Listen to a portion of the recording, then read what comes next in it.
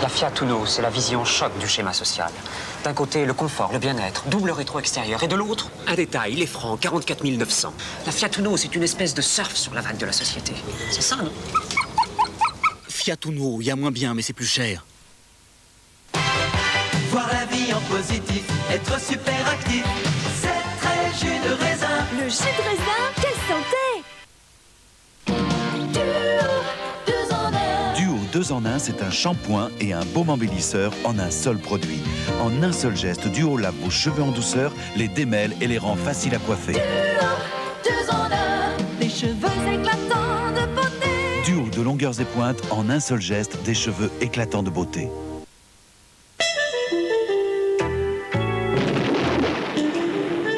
Protection du bois. Décoration. V33. V33. Ça se voit. Voici Caractère. Caractère, l'eau de toilette pour hommes, créée par Daniel Echter. Leave your worries on the doorstep. Just direct your feet to the sunny side. Il aime la vie, c'est son caractère. Caractère de Daniel Echter, l'eau de toilette pour hommes.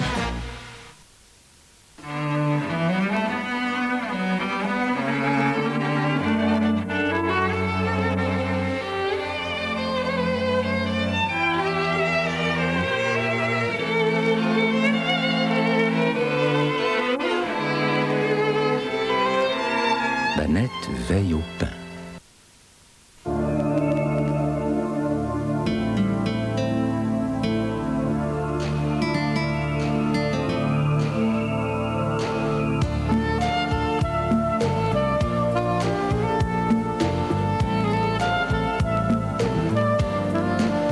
De la laine, de la soie, du coton, une finition main. Rien n'est trop beau pour les matelas Tréca. Tréca, rien n'est trop beau pour vos nuits.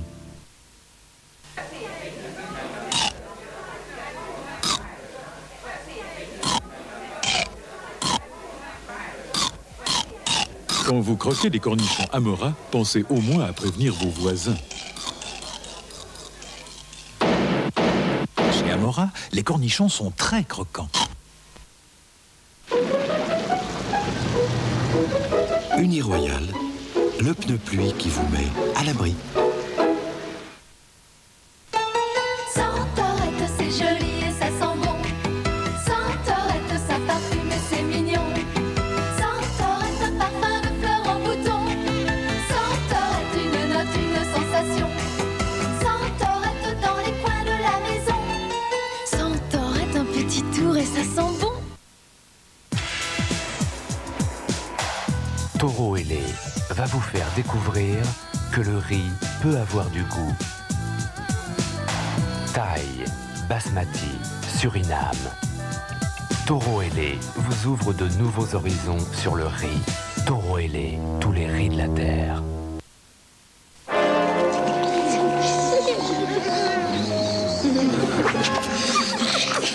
Bref Vitre possède une position classique et en plus, une position mousse pour dissoudre instantanément les tâches les plus sérieuses. Bref Vitre, vaporisation classique ou mousse pour une transparence parfaite. Pour la jeunesse de mon visage, les laboratoires Garnier créent Synergie. Synergie, c'est l'alliance de la science et de la nature. Des actifs naturels très performants. Des crèmes très fines. Hypoallergéniques. Synergie, l'alliance de la science et de la nature pour prolonger la jeunesse du visage. Synergie, garantie par les laboratoires Garnier.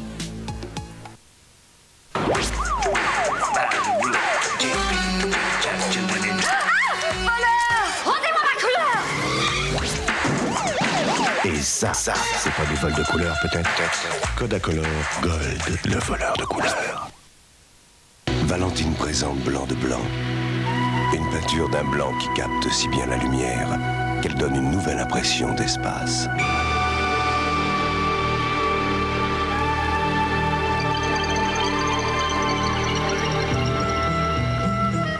Un plaisir désire que Valentine vous souhaite bientôt chez vous. Blanc de Valentine, l'espace est maintenant vendu en pot.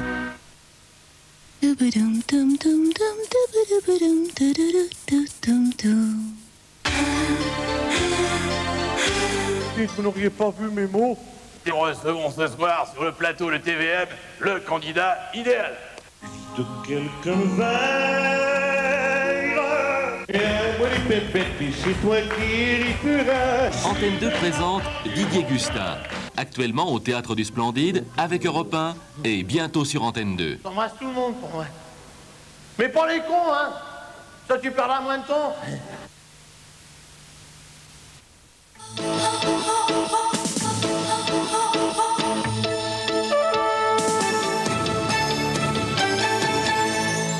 Ce soir, les membres du Conseil de sécurité se réunissent pour examiner la situation des Kurdes. Après la France, les États-Unis demandent des sanctions. Cette nuit, le statut de la Corse devrait être voté. Déjà, l'article 1 concernant le peuple corse est passé.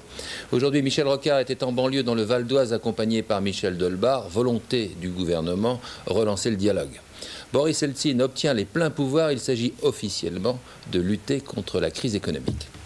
Mesdames, Mesdemoiselles, Messieurs, bonsoir. En ce moment même, les membres du Conseil de sécurité sont réunis. Il s'agit de trouver des solutions afin d'aider le peuple kurde persécuté par l'Irak. Les Américains ne veulent pas obtenir une simple déclaration, mais une résolution. Près d'1 million de réfugiés attendent de passer en Iran. Près de la frontière turque, on parle de 750 000. Louis Carzou. Pour des centaines de milliers de Kurdes irakiens, l'heure n'est plus au combat, mais à la survie. Contraints de fuir la répression impitoyable des troupes restées fidèles à Saddam Hussein, les réfugiés sont massés aux frontières de la Turquie et de l'Iran avec l'espoir de passer. Mais les deux voisins de l'Irak ont fermé les passages, officiellement dans l'attente de l'aide internationale. 45 000 Kurdes, en majorité des femmes et des enfants, ont déjà trouvé refuge en territoire turc. À l'abri des armes de Saddam Hussein, ceux-là sont menacés par le froid, la famine, le manque de médicaments.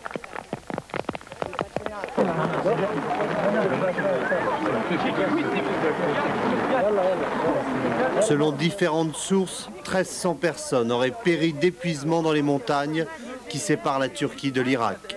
Après la CE et la France, la Grande-Bretagne vient de débloquer une aide de 20 millions de francs. La mobilisation humanitaire de la communauté internationale semble en marche. Ce soir, les États-Unis ont même officiellement demandé à la Turquie d'ouvrir ses frontières aux réfugiés kurdes. Et on a appris il y a quelques secondes que la Turquie a déclaré qu'elle ne peut pas héberger les réfugiés kurdes fuyant l'Irak. C'est ce qu'a déclaré ce soir le président Turgut Özal. On ne peut pas héberger les réfugiés pour des raisons matérielles. Le ministre français de la Solidarité est parti dès hier soir pour la Turquie. Il s'agit d'évaluer les besoins. Selon Bernard Kouchner, le mieux serait d'aider les Kurdes là où ils se trouvent, c'est-à-dire en Irak. Il compte se rendre demain en Iran. Londres a décidé d'accorder une aide immédiate d'environ 10 millions de francs. Un pont aérien entre Londres et la Turquie commencera dès demain matin. Si l'on en croit Roland Dumas, la France va entamer une réflexion sur ce qu'il appelle le devoir d'ingérence. Des propositions seront faites à la communauté internationale. Paris ne veut plus entendre dire que la répression kurde, par exemple, est un problème intérieur irakien. Michel Rocard était aujourd'hui en banlieue, dans le Val d'Oise. Pour lui, le dialogue est la condition de l'efficacité. Le ministre de la Ville a lui aussi rencontré les élus locaux et les représentants des jeunes. Le récit de cette journée avec Laurent Massardier. Après les explosions de Vaux-en-Velin à l'automne dernier et de Sartrouville il y a une semaine, Michel Rocard à Deuil-la-Barre et ici, à Villiers-le-Bel, deux communes chaudes du Val d'Oise. Au programme, l'intégration au quotidien en banlieue et bien sûr les problèmes de sécurité et un projet de loi. Le débat permettra d'examiner les enjeux de sécurité auxquels les pouvoirs publics accorderont une priorité. Il donnera l'occasion de clarifier nettement les compétences respectives en matière de sécurité. Et je pense là à la police nationale, aux polices municipales et aux sociétés de gardiennage. Et pour le Premier ministre, d'autres priorités encore, l'accès à la nationalité, à la justice, à l'école et bien évidemment le dialogue permanent. Et ce dialogue, le ministre de la Ville, Michel Delebard, s'est efforcé à son tour de le maintenir avec les jeunes de Sartrouville, 8 jours après la mort de Djemel, tué par un vigile du centre commercial de cette ville. Il les a rencontrés à Versailles, loin des caméras, pendant 4 heures. Nous sommes au commencement du dialogue, a-t-il précisé, en ajoutant « le parcours sera exigeant et long ». Chacun a pu s'exprimer et chacun a écouté l'autre et les autres, acceptant la différence. Je dois dire que je rends un hommage tout à fait particulier au sens de la responsabilité qu'ont eu les jeunes qui ont participé à cette réunion. Le maire de Sartrouville s'est déclaré, lui, totalement en accord avec le ministre. Et 10 millions de francs seront débloqués pour réhabiliter la Cité des Indes dès le mois prochain. Sachez aussi qu'un nouveau rendez-vous a été fixé pour le 13 mai prochain. Le plan de réaménagement de la région Île-de-France a pour mission d'aider près de 11 millions d'habitants à vivre mieux. Le préfet de la région en a présenté aujourd'hui les grandes lignes. Il s'agit de tout bien peser car les nouvelles dispositions vaudront pour les 25 ou les 30 ans à venir. Luc Baziza. Construire le cadre de vie d'un Français sur 5 pour le prochain quart de siècle, un projet ambitieux. 2 priorités, le logement et les transports. En 2015, la région devra faire face à 28 millions de déplacements quotidiens contre 21 millions aujourd'hui. Les projets les plus importants sont déjà connus. Éole, un nouveau train entre Paris et la banlieue. Objectif, doubler la capacité d'échange Est-Ouest. Météor, le nouveau métro rapide RATP. Pour la route, accélération des travaux de bouclage du super périphérique, l'A86. Les transports représentent la facture la plus lourde, 200 milliards de francs sur 25 ans. Côté logement, le nouveau schéma de la région Île-de-France fin 92. On va veiller encore ce soir à l'Assemblée où le nouveau projet pour la Corse devrait être voté. Ne devrait pas utiliser le 49.3 malgré l'opposition de l'UDF, du RPR et de l'UDC. Et j'apprends à la seconde que le nouveau plan pour la Corse vient d'être voté. Il faut préciser que les communistes avaient décidé de s'abstenir. Le Congrès a également voté la confiance à Boris Eltsine qui réclamait les pleins pouvoirs afin de lutter contre la crise économique. Il faut à présent voter point par point les pouvoirs spéciaux qu'a réclamé le président de la Fédération de Russie. Il demande notamment le droit de suspendre les grèves. Le Soviet suprême qu'il préside pourrait aussi dicter des lois qui relèvent jusqu'à présent du Congrès des députés. Boris Eltsine prendrait ainsi davantage de poids face à Mikhail Gorbatchev.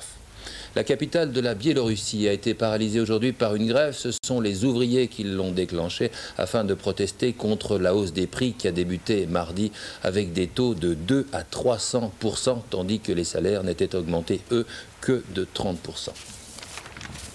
Dassault Aviation, qui a déjà considérablement réduit ses effectifs, a pour objectif à présent de porter ses ingénieurs, cadres et techniciens supérieurs à 75% de ses effectifs, contre aujourd'hui 66%. Il s'agit de faire face, dit-on, à l'évolution fantastique des technologies. À la Bourse de Paris, la clôture s'est faite à la baisse avec moins 0,85%.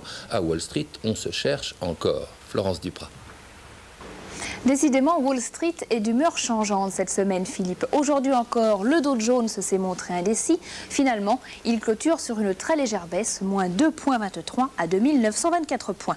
Il avait gagné plus de 20 points dans l'après-midi. Les boursiers sont fébriles. Ils attendent demain la publication des chiffres du chômage aux États-Unis. Beaucoup tablent sur une aggravation de la situation de l'emploi et une baisse des taux d'intérêt. Pour d'autres, la situation n'est pas aussi simple que cela. Ils craignent que le désaccord au sein de la Fed sur la politique de son président, M. Alan Greenspan, compromette un nouvel assouplissement de la politique de crédit. Sur le marché des changes aussi, les cambistes étaient nerveux. Ce soir, dans les échanges entre banques, le dollar accuse des signes de faiblesse. Il vaut 5 francs 64,70, un Deutsche Mark 66,70 et 135 yens 90. On termine avec le pétrole. Le baril livraison mai frôle les $20 ce soir à New York. Il gagne exactement 51 cents à $19,98. Vous allez le voir dans un instant sur le tableau. Voilà, vous retrouvez bien sûr toutes ces informations, les détails, sur votre Minitel. C'est le 3615, code EcoAdu. L'accusation de crime contre l'humanité n'est pas recevable, c'est ce que plaide l'avocat de Georges Boudarel. Il est poursuivi par d'anciens prisonniers français qui ont vu mourir leurs camarades au Vietnam dans le camp 113. Georges Boudarel était instructeur politique dans ce camp vietnamien. Dominique Verdeil. Il y a 2 mois, Georges Boudarel était un homme sans histoire, un simple universitaire dont les cours intitulés Guerre et Société étaient appréciés de ses élèves. Mais depuis le 13 février dernier, nombreux sont ceux qui ont fait ressurgir son passé, celui du temps où il s'appelait Dai Dong et où il était commissaire politique d'un camp de prisonniers du Viet Minh, le camp 113, où, en 53-54, Boudarel aurait causé indirectement la mort de prisonniers français. Je n'ai jamais vu un Vietnamien le faire, je ne l'aurais pas torturé, je ne l'aurais pas toléré, et toutes les directives allaient à l'encontre. Je répondrai simplement aujourd'hui, je me trouve face à des gens qui mensongèrement m'accusent, qu'on me donne la liste des prisonniers et qu'on fasse un sondage sur tout l'ensemble des prisonniers qui m'ont connu. Aujourd'hui, des rescapés du camp 113 portent plainte contre celui qu'ils jugent comme leur tortionnaire. Certes, Boudarel n'a jamais tué, disent-ils, mais il a torturé moralement, par endoctrinement, par sadisme, par une politique délibérée de malnutrition. Les survivants ont découvert que celui qui est pour eux leur tortionnaire, qui était chargé de la rééducation, ce qui veut dire lavage de cerveau et viol des consciences, était devenu un éducateur. Pour la partie civile, Boudarel, poursuivi pour crime contre l'humanité, est la seule issue judiciaire à ce dossier. Non, répond la défense, il s'agit de crime de guerre et Boudarel a été amnistié en 1966. J'estime que la définition du crime contre l'humanité ne peut pas s'appliquer aux faits qui sont actuellement imputés à Georges Boudarel, qu'il les ait ou non commis, et qu'il y a là quelque chose de grave parce que on risque d'y voir une banalisation du terrible crime contre l'humanité qui s'est produit pendant la Deuxième Guerre mondiale. Au parquet de décider si Boudarel doit être inculpé, mais comme dans les dossiers Bousquet ou Vier-Papon, seul un procès permettra de savoir la vérité sur le camp 113. Je vous propose maintenant un départ en fanfare. Depuis la chute du mur de Berlin, il se passe en Allemagne des choses curieuses. La fanfare de l'Armée Rouge a changé son répertoire. Elle a choisi d'attaquer avec un peu de raideur, toutefois, le succès du compositeur américain Glenn Miller.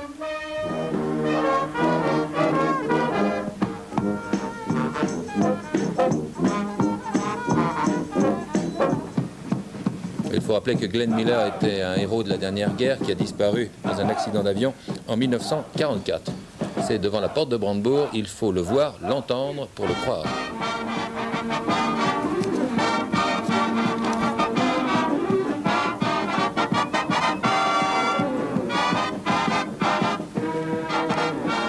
Permettez-moi de vous recommander, si la psychologie vous intéresse, le dictionnaire publié par Larousse. Il a été réalisé par 130 spécialistes qui ont regroupé toutes les connaissances en la matière. On y traite de l'enfance, de la sexualité, des maladies, l'intelligence, la mémoire, la vie psychique et aussi ses troubles, les problèmes qu'elle engendre. Un ouvrage qui s'adresse également aux non-spécialistes. Ce journal est à présent terminé. Je vous remercie de l'avoir suivi. Dans quelques instants, Laurent Cabrol nous parlera du temps. Je vous rappelle votre rendez-vous avec Télématin, c'est à 6h30. C'est Gérard Morin qui vous présentera les informations avec Jean-Claude Renaud. À 13h, ce sera Philippe Lefay. Et à 20h, Bruno Mazur. En attendant, je vous souhaite une très bonne fin de soirée sur Antenne 2 et je vous remercie pour votre attention.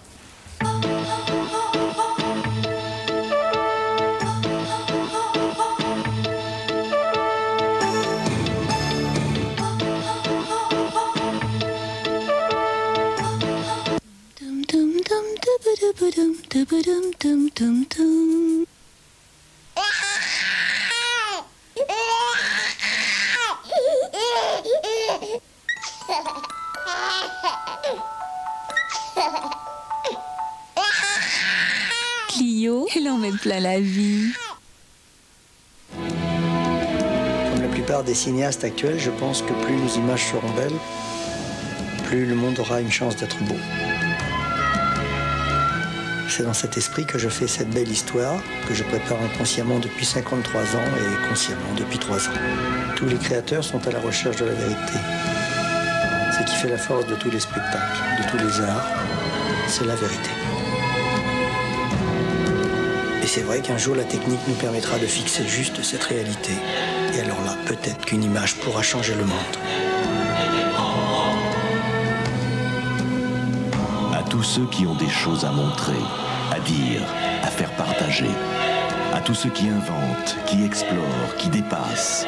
La haute définition va ouvrir un espace plus grand, plus beau, plus exaltant. Space System de Thomson. La culture a un nouvel espace.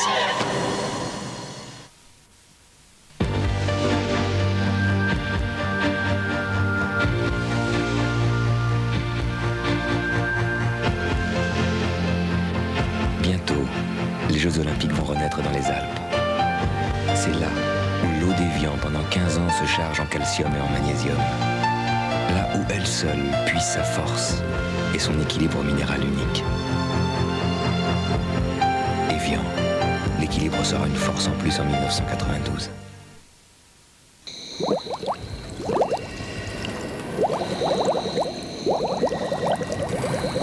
Waouh! Dans un pareil intérieur, faire une croisière doit être un vrai bonheur.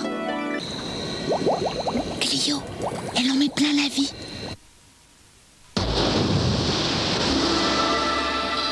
Au cœur des océans, la fascinante beauté du monde du silence. Un univers que l'équipe du commandant Cousteau vous emmène découvrir dans toutes les mers du monde.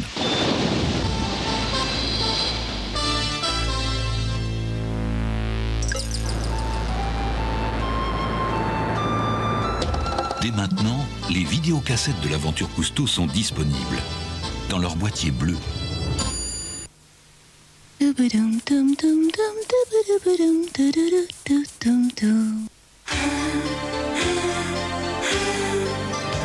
Samedi à 15h dans Sport Passion, Antenne 2 avec Reebok et Intersport présente la finale du Tournoi des As.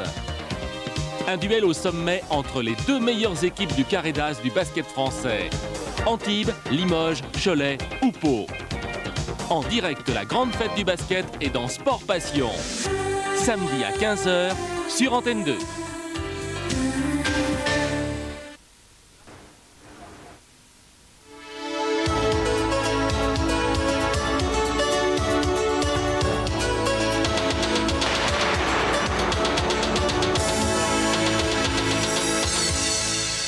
Bonsoir à tous. Comme prévu, il pleut, il vente, beaucoup de nuages. Le mauvais temps traverse la France. Il traverse la France avec son cortège nuageux extrêmement intense, extrêmement dense.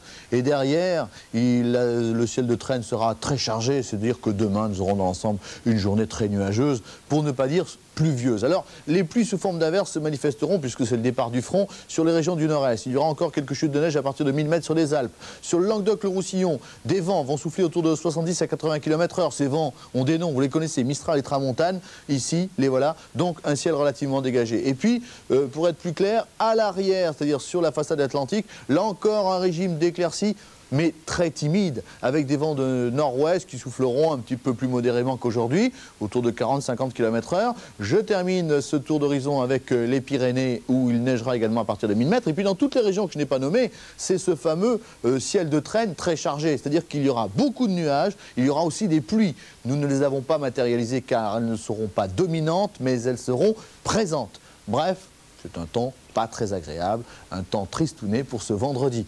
Les températures demain matin, vous le constatez avec moi, température sans commentaire, sans changement par rapport à aujourd'hui, entre 4 et 9 degrés, moyenne nationale 5 et 6, l'après-midi, un petit peu plus frais.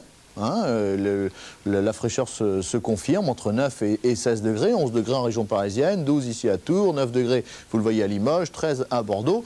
Ça ne va pas tellement remonter dans les jours qui viennent. Il faut s'attendre à un samedi relativement ensoleillé, mais très relativement ensoleillé. Et dimanche, retour de pluie avec un front qui va se manifester presque aussi violent que celui-ci. Vous le voyez, le congé de fin de semaine n'est pas folichon, en tout cas pour la journée de dimanche. Pour ceux qui voyagent, une carte très complète. Moscou, Varsovie, vous avez le temps sur Berlin. Si vous allez à Rome, vous savez le temps qui vous est réservé pour demain. Hein. Pour Madrid également. Vous voulez aller à Tunis, allez, 16 degrés, avec des vents d'ouest. Bref, vous avez constaté, vous avez noté toutes les capitales. Demain, nous fêterons Irène, avec un soleil qui va se lever à 7h23, se coucher à 20h25. Merci à vous tous de nous avoir suivis. Bonsoir.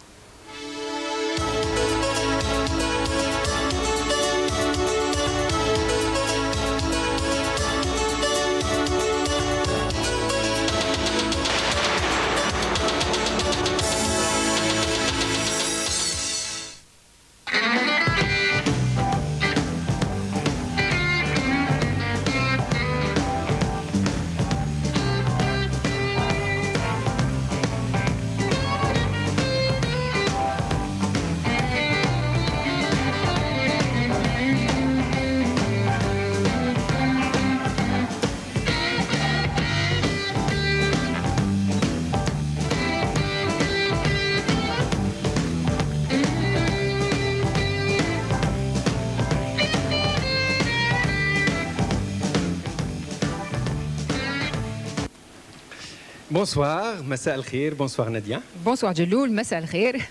Nous allons aujourd'hui vous amener dans les 1001 mythes. Ça va être la soirée, la Sahara, la veillée du cinéma, spécial cinéma.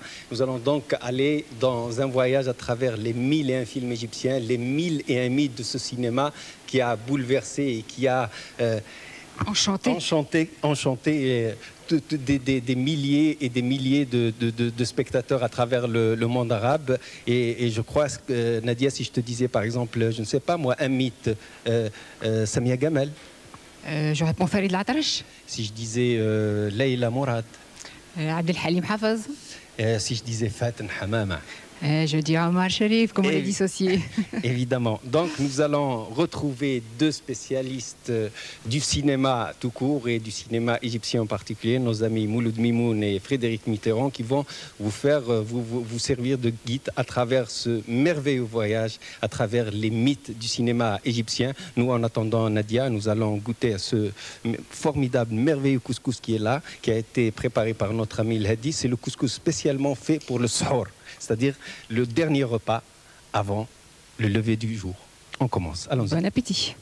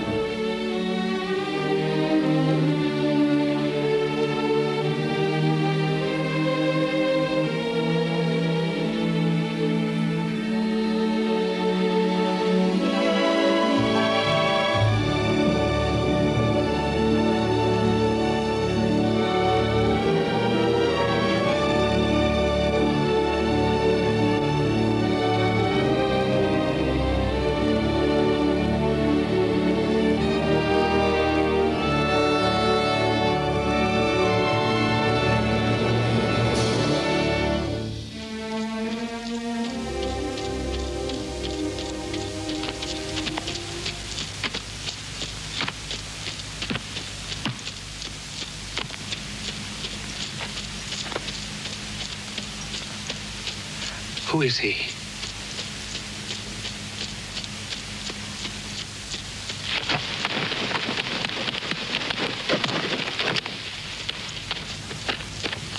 Thomas!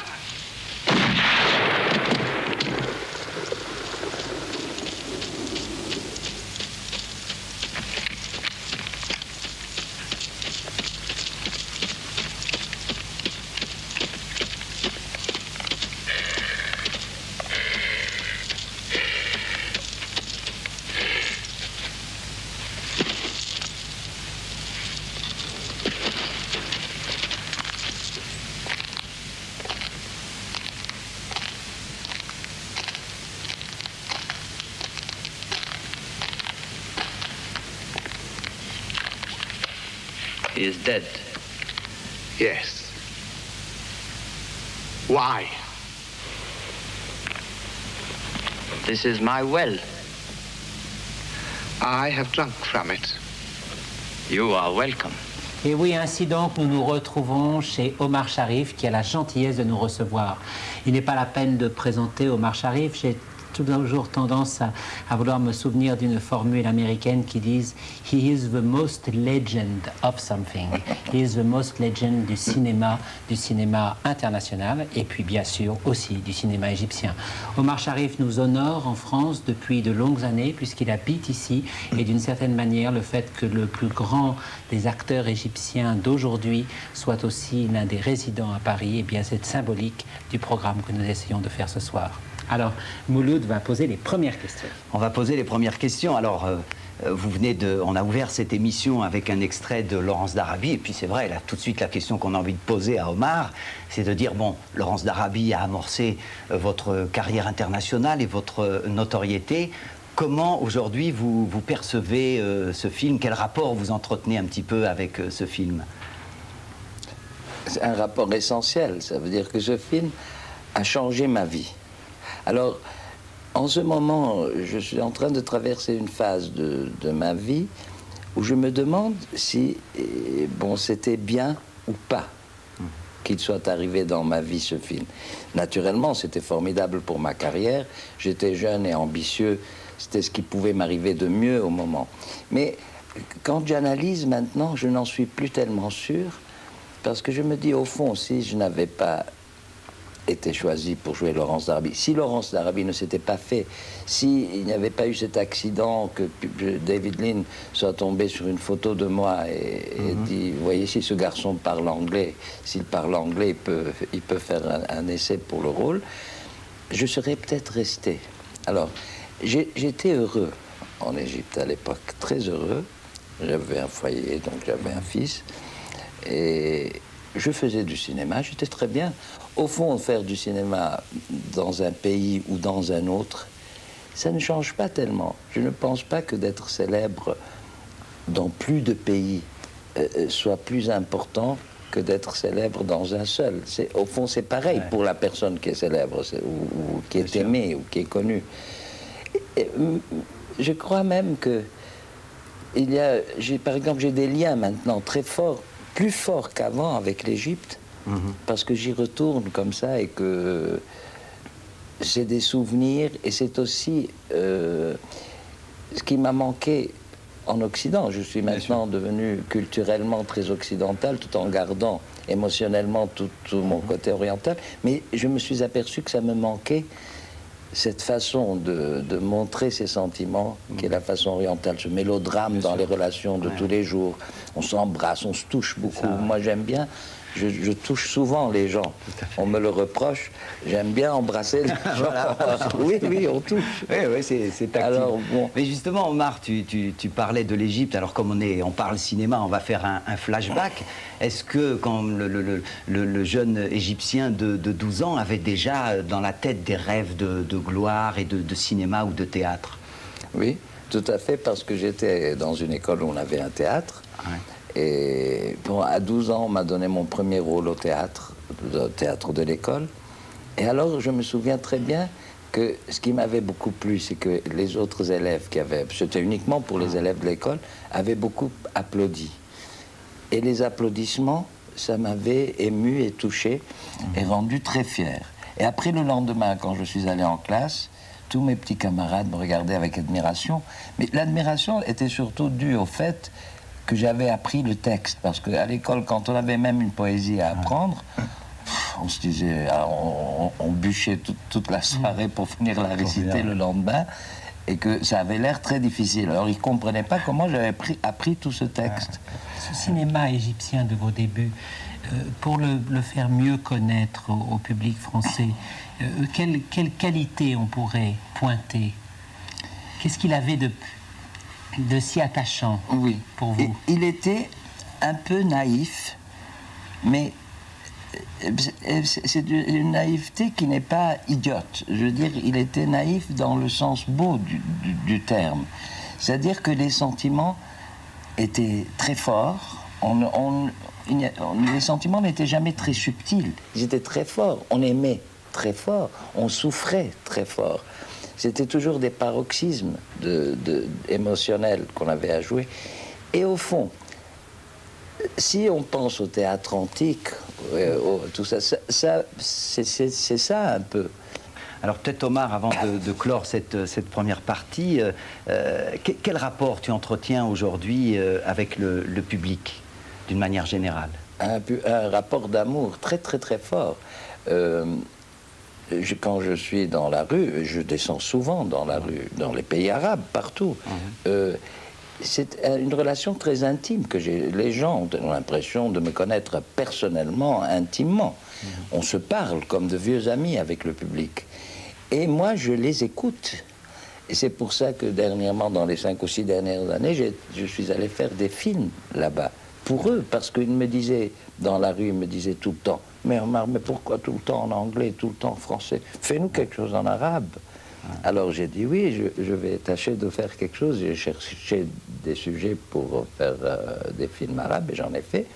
Mais c'est un rapport personnel extraordinaire. Ce n'est pas des autographes qu'ils veulent. Ils demandent beaucoup moins d'autographes qu'en Occident, les gens. Ils veulent parler, ils veulent avoir une relation, ils veulent parler, toucher, tout à fait, toucher, ils me touchent et je les touche. Et puis quand je leur dis, par exemple, s'il y a une trop grande foule et que ça me fatigue, à un certain moment, je leur dis, écoutez, soyez gentils, je suis un peu fatigué.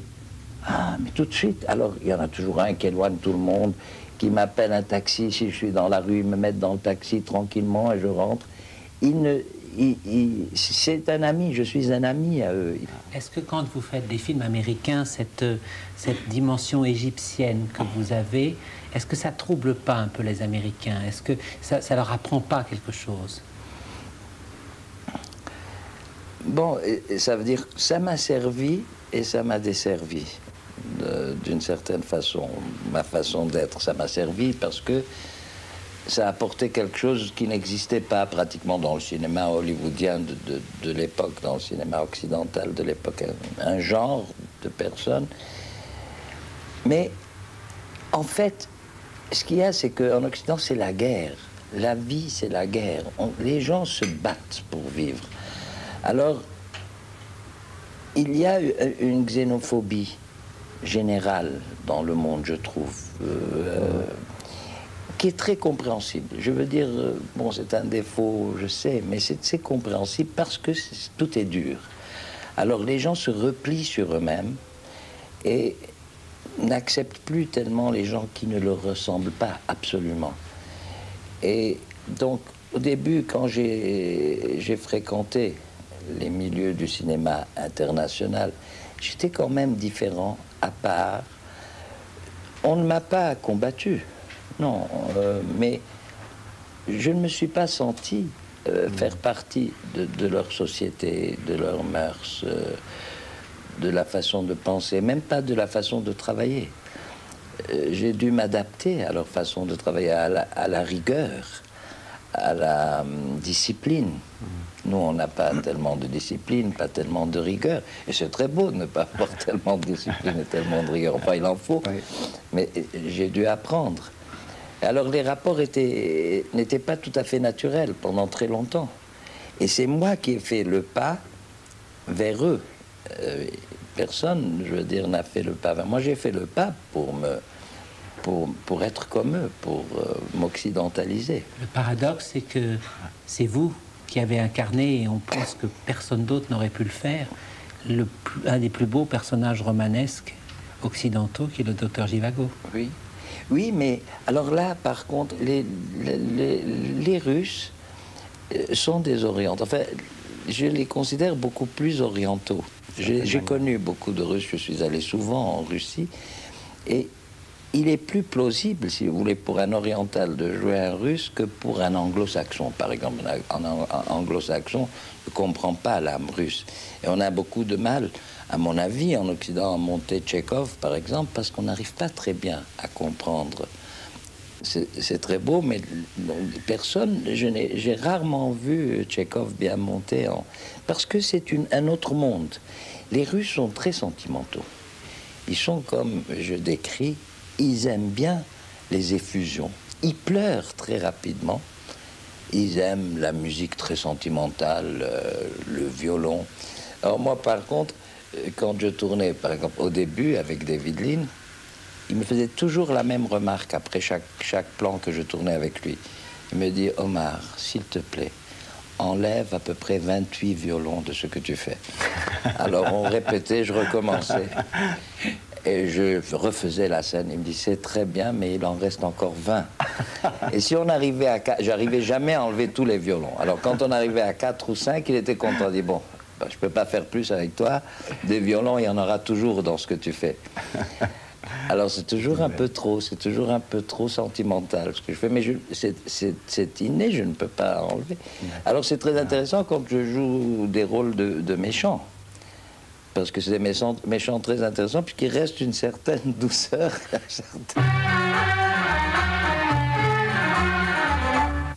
Kelsoum, Asmahan, Leila Mourad, Farid El Atrache, Abdel Halim Hafez et tant d'autres. Les étoiles du Nil, voilà ce qui va constituer ce soir la partie divertissement de cette 3e nuit de cinéma à travers un document que vous allez voir et pour lequel nous avons le plaisir, toujours chez Omar Sharif, d'accueillir Magda Wassef. Magda Wassef qui connaît très bien le cinéma égyptien, elle travaille à l'Institut du monde arabe, elle s'occupe de la programmation, elle va d'ailleurs pendant le mois d'avril programmer des comédies musicales égyptiennes. Mais Magda Wassef, bonsoir. Mais auparavant, je voudrais peut-être, Frédéric, demander à Omar Sharif comment lui a un petit peu vécu et perçu cette magie, ce halo qui entourait les grands mythes du cinéma égyptien. Alors bon, à l'époque des grands films chantés et dansés, des films musicaux égyptiens... Omar Sharif était déjà comédien, non, c'est-à-dire dans les années 50. Je suis arrivé à la fin de la grande époque des comédies musicales égyptiennes. Et alors, ce qui est bizarre, c'est que moi j'étais à l'école anglaise et tout, et je trouvais tout ça ridicule. Bon, je trouvais que c'était ridicule ces gens qui sans arrêt chantaient à n'importe quelle occasion, ils se mettaient à chanter. Moi je trouvais ça ridicule, complètement. Et c'est beaucoup plus tard, c'est en revoyant ces films maintenant que je leur ai trouvé un charme extraordinaire. D'abord, à cette époque-là, je n'avais pas encore l'oreille pour la musique arabe, étant donné que j'étais à l'école anglaise, qu'on était dans un milieu où on s'occupait plutôt, dans mon adolescence, d'écouter chanter les Platters, les Ink Spots, c'est les genres de cette époque-là, la musique occidentale en réalité. Et alors, j'ai découvert, avec un bonheur extraordinaire, cette période de cinéma, la période des grands films musicaux. Alors, Magda, avec Frédéric, on se faisait aussi cette réflexion. Comment expliquer